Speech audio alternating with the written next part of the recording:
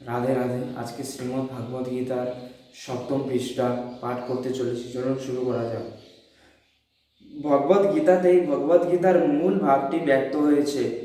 এটি ঠিক এই রকম ঔষধ সেবন করার সময় আমরা যে আমাদের ইচ্ছে মতো বা খেয়াল খুশি মতো সেই ঔষধ নিতে পারি না। ডাক্তারের নির্দেশ বা ঔষধের শিশিতে দেওয়ার নির্দেশ অনুসারে গ্রহণ করতে হয়, তেমনি ভাগবত গীতাকে গ্রহণ করতে হবে ঠিক যেভাবে বক্তা তাকে গ্রহণ করার নির্দেশ দিয়ে গেছেন।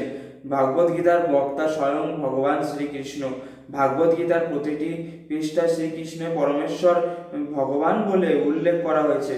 ভগবান শব্দটির অবশ্য কখনো কখনো কোনো শক্তিমান পুরুষ অথবা কোনো দেবতার ক্ষেত্রেও প্রয়োগ করা হয়।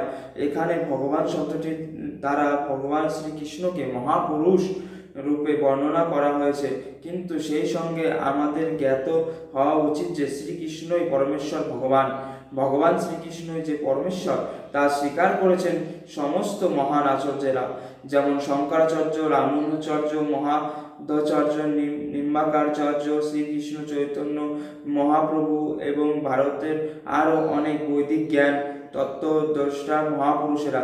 শ্রীকৃষ্ণ নিজেই ভগবদ গীতাতে বলে গেছেন যে তিনি স্বয়ং ভগবান।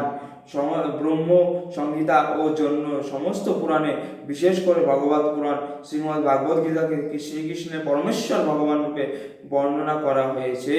শ্রীকৃষ্ণ ভাবনামৃততে এই ভগবান শ্রীকৃষ্ণ যেমনভাবে নির্দেশ দিয়ে গেছেন, ঠিক সেইভাবেই ভগবান শ্রীমদ্ ভাগবত গীতাকে আমরা গ্রহণ করতে হবে।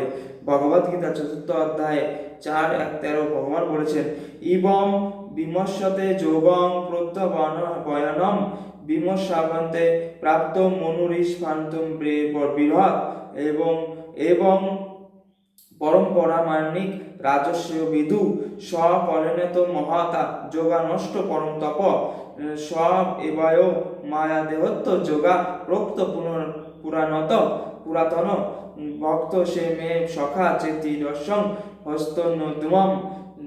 এখানে ভগবান অর্জুনকে বলা হয়েছে যে এই যোগ ভাগবত গীতা প্রথমে তিনি সূর্যদেবকে বলেন, সূর্যদেব তা বলেন মনুকে, এবং মনু ইক্ষুকে, এবং এভাবে গুরু পরম্পরা ক্রমে গুরুদেব থেকে শিষ্যতে জ্ঞান ধারাবাহিকভাবে প্রবাহিত হয়ে আসছিল। কিন্তু এক সময় এই পরম্পরা ছিন্ন হয়ে যাওয়ার ফলে আমরা এই জ্ঞান হারিয়ে ফেলি। তাই ভগবান কুরুক্ষেত্রে রণাঙ্গনে নিজে এসে আবার সেই জ্ঞান অর্জুনের মাধ্যমে দান করলেন। তিনি অর্জুনকে বললেন, তুমি আমার ভক্ত ও সখা, তাই রহস্যবিদ এই পরম জ্ঞান আমি তোমাকে দান করছি। এই কথার অর্থ এই যে ভগবদ গীতার জ্ঞান।